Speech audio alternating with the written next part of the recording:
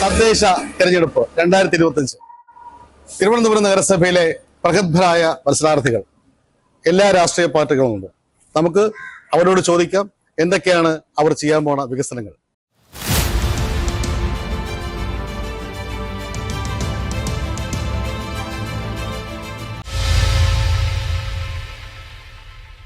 മണക്കാട് വാർഡിന്റെ സ്ഥാനാർത്ഥിയാണ് അപ്പോ നമുക്ക് കിട്ടിയിരിക്കുന്നത്. അപ്പൊ നിങ്ങൾ കാണുമ്പോൾ എല്ലാം ഒരേ ഫ്രെയിമിലായിരിക്കും.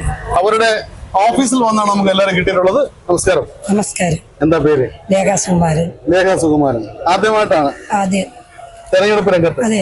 എന്ത് തോന്നുന്നു? ടെൻഷൻ തോന്നുന്നില്ലേ? ഇല്ല, അങ്ങനെയൊന്നുമില്ല.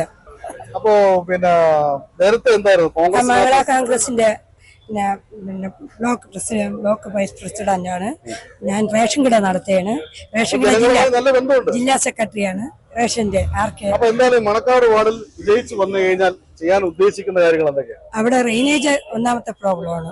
ഏത് റോഡിൽ ചെന്നാലും ഡ്രെയിനേജ് പ്രോബ്ലമാണ്. പിന്നെ വെള്ളം കിട്ടൂല. പോയ 3-4 ദിവസം കഴിഞ്ഞേ വെള്ളം വരുള്ളൂ. പിന്നെ ജനങ്ങൾക്ക് എന്ത് വേണമെങ്കിലും അവരെ കൂടെ നിന്ന് ഞാൻ പ്രവർത്തിച്ചോളൂ. ഞാൻ 40 വർഷം കൊണ്ട് റേഷൻ കടയാണ്. വിജയിച്ചു വരട്ടെ എന്ന് നിങ്ങൾ ആശംസിക്കുന്നു.